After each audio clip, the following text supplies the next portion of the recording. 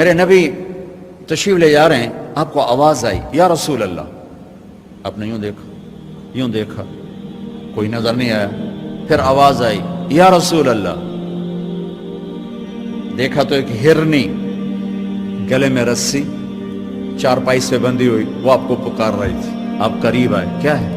کہ آپ کا صحابی مجھے پکڑ کے لایا ہے، میں اللہ کی تقدیر پہ راضی ہوں، مطلب ذبح کی جاؤں، لیکن میرے چھوٹے چھوٹے بچے ہیں، وہ بھوکے ہیں، اگر آپ مجھے چھوڑ دیں میں ان کو دودھ پلا کے واپس آ جاؤں گی. تو آپ نے فرمایا اگر تو واپس نہ آئی تو پھر؟ کہ اگر میں واپس نہ آئی تو اللہ مجھے جہنم میں ڈال دے جیسے انسانوں کو ڈالے گا. تو آپ نے اس کی رسی کھول دی اور وہیں بیٹھ گیا. اس نے دوڑ لگائی اور پہاڑوں میں غائب ہو گیا.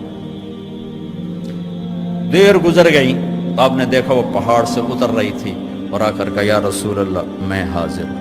اللہ اکبر. اسے خبر ہے میں کیوں حاضر ہوں. یہ ہمارے فیصل آباد کا بازار والا 10 روپے کے پیچھے وہ جھوٹ بولتا ہے کہ زمین آسمان کانپ اٹھتے ہیں. آپ نے اس کو رسی سے باندھ دیا اور پھر بیٹھ گئے. دیر گزری وہ صحابی ہے جنہوں نے پکڑا تھا شکار کے لیے، وہ دیکھ کے پریشان ہو گئے. یا رسول اللہ آپ کیسے؟ کہا بھائی میرا ایک کام ہے چھوٹا سا. کہا کیا؟ کہ یہ ہرنی میں ہدیہ مانگتا ہوں آپ سے. کہا یا رسول اللہ ہم تو جان قربان کرنے کے پیچھے پھر رہے ہیں، آپ ہرنی کہتے ہیں. کہ بس یہ دے دو کلے لو. تو آپ نے اس کی رسی گردن سے نکالی. کہ الحق باہلک، جا اپنے بچوں کے پاس چلی جا، سچ نجات دیتا ہے، جھوٹ ہلاک کرتا ہے. میرے بچوں ایک ہرنی جتنی سچائی سیکھ لو. اپنی زندگی سے جھوٹ نکالو اگر اللہ کو پسند آنا چاہتے ہو.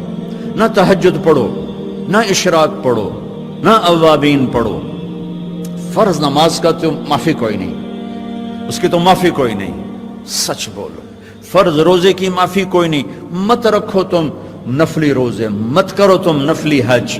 فرض حج ہے کرو، فرض زکوٰۃ ہے ادا کرو، فرض نماز ہے نہیں چھوڑ سکتے. سچ نہ چھوڑو، سچائی نہ چھوڑو. جو قوم جھوٹ اور بددیانت کا شکار ہوتی ہے انہیں دنیا کی کوئی طاقت عزت نہیں دے سکتی، چاہے وہ تہجد گزار ہوں اور چاہے وہ دہریے ہوں. اور جو قوم سچ اور امانت پہ کھڑی ہو جاتی ہے انہیں کوئی شے ذلیل نہیں کر سکتی، چاہے وہ ایمان والے ہوں اور چاہے وہ 360 پتھروں کے پجاری ہوں. اپنی زندگی سے جھوٹ نکال دو اللہ کے واسطے. لمبی چوڑی بندگی ہے، میں نے فرض کے لیے تو میرے پاس کوئی چوائس کوئی نہیں کہ چلو اے کر لو تو اے نہ کرو. فرض تو فرض ہے، اس سے تو میں نکل نہیں سکتا، نہ آپ نکل سکتے ہیں. لیکن میرے عزیزو سچے بن جاؤ، سچے بن جاؤ، دیانتدار بن جاؤ، دیانتدار بن جاؤ. جو وقت یونیورسٹی کا ہے اس میں اگر آپ اپنے کام پہ جا رہے ہیں تو یہ آپ بددیانتی ہے. یہ خیانت صرف یہ نہیں کہ تم نے پیسے میں خیانت کی، ٹائم کی خیانت.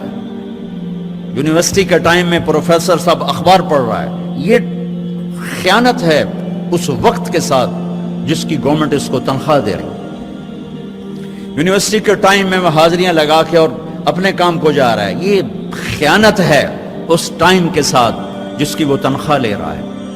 اس کو سرکاری گاڑی ملی ہے، اس کے بچوں کو اسکول چھوڑنے جا رہی ہے، یہ خیانت ہے. بددیانتی اللہ کی نظروں سے گراتی ہے جیسے پتھر اوپر سے نیچے آ کر گرتا ہے، اور دیانت آدمی کو لے جاتی ہے 7 آسمان عرشوں تک پہنچا دیتی ہے. دیانتداری جو ٹائم یونیورسٹی کا مقرر ہے اس سے اگر آپ گھنٹہ لیٹ آ رہے ہو آپ نے 1 گھنٹے کی خیانت کی ہے. خیانت صرف پیسے جوڑ مارنے کو نہیں کہتے. آپ نے بچوں کو پڑھانا ہے، نہیں پڑھایا، تم نے پڑھنا ہے، تم آئے پڑھنے کے لیے، یہاں تم کسی اور کام میں لگے ہو. تم نے ماں باپ سے بھی خیانت کی، اللہ سے بھی خیانت کی، اس یونیورسٹی کے ساتھ خیانت کی. پروفیسر صاحب یونیورسٹی کے ٹائم میں کسی اور کام میں لگا ہوا ہے، یہ خیانت ہے. اگر اللہ اس کے رسول کا پسندیدہ بننا ہے تو میں لمبے چوڑے وظیفے نہیں بتا رہا ہوں، چھوٹی چھوٹی 2 باتیں بتا رہا ہوں. سچائی، امانت.